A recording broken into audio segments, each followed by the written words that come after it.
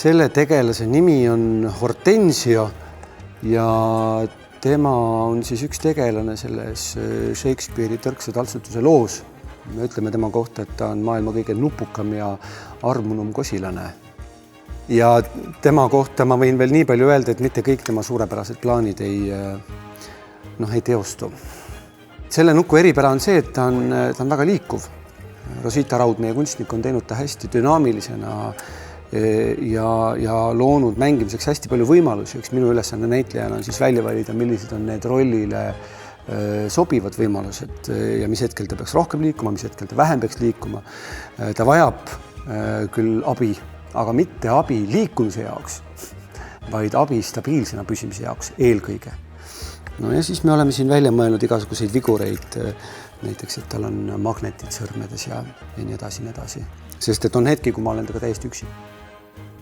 Nii nagu mina asjadest praegu aru saan, siis me tegutseme ühes klounide maailmas ja selles klounide maailmas hakatakse mängima Tõrksa taltsutuse lugu.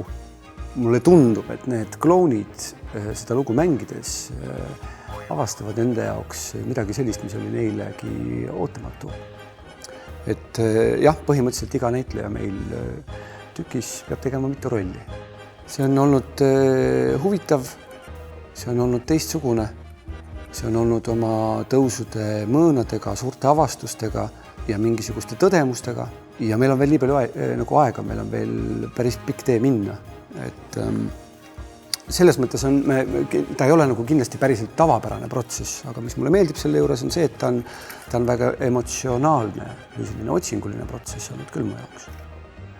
Mina arvan, et Shakespeare'ile võiks meie lugu meeldida, sest et mulle tundub, et meie lavastaja on üsna hästi ära tabanud selle, millest Shakespeare omal ajal kirjutas ja ma olen temaga ja meie dramaturgi Rein Rauaga üsna nõus, et Shakespeare ei kirjutanud naise vallutamisest või vallutamisest. Shakespeare kirjutas armastusest.